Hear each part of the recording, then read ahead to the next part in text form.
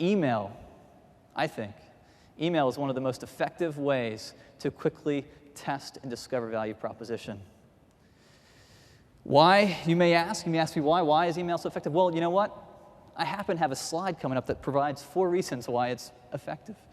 Number 1, email is easy to change, particularly subject lines. There's nothing more easy to change than a subject line, correct? I can't think of anything easier to test than a subject line. That's often where we start.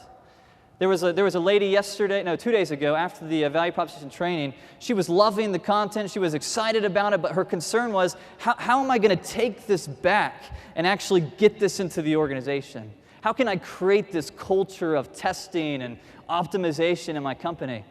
So oftentimes, I don't know if you guys can relate to that, but oftentimes you have these obstacles. Yeah, you're on fire, but not everyone when you go back is on fire. Let me tell you, this is one of the easiest ways to slowly infiltrate your company with a culture of testing.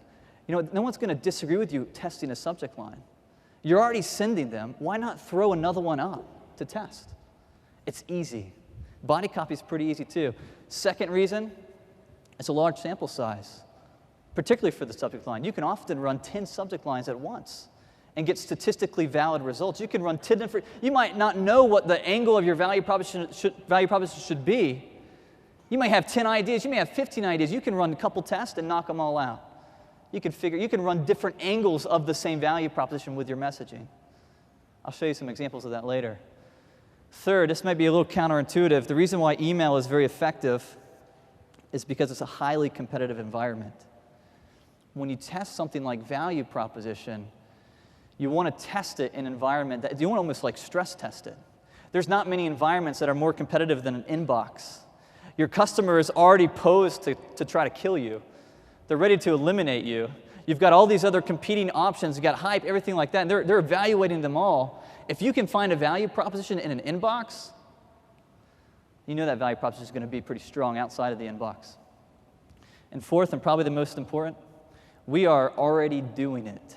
We are already testing. We're already sending emails. I'm not asking you to send emails today.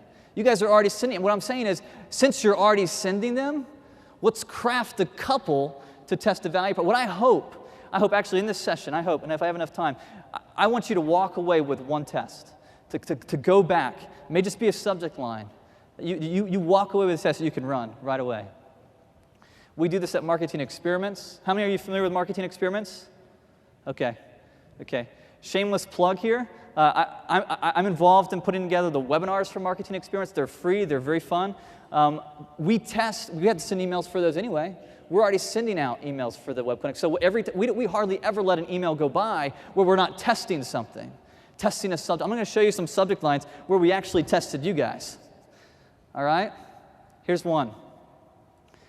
Subject line 1, how to optimize your content marketing. This was an email for a webinar we had coming up in which we were going to talk about content marketing. There's subject line 1. There's subject line 2. Does content marketing really work? Let me tell you what we're testing here, okay? Because there is value proposition in this. Subject line 1, we're testing a how-to approach, okay? We're testing, are marketers interested in learning a how-to approach? Or are they interested in a discovery, in something intriguing, a recent research finding? So that's what we're testing. We've always we've wondered that. Sometimes we're very how-to focused. Sometimes we're discovery focused. Let me ask you this: which one of these would you click on? If you think 1, I want you to raise 1 up in the air. If you think 2, 2. Which one would you? No, just 1 finger for 1. Okay, 2 fingers for 2. You guys are brilliant. Okay. Wait. I didn't see him. Go, keep him up. Okay, a lot of 2s, some 1s. Okay, it's a pretty good even split.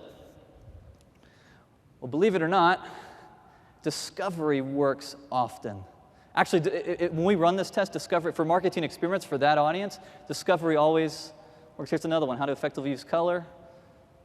Discovery, 47% increase. These aren't the only subject lines we test more, but this gives you a sense. The reason why I'm showing you this is because, look, we're already sending emails.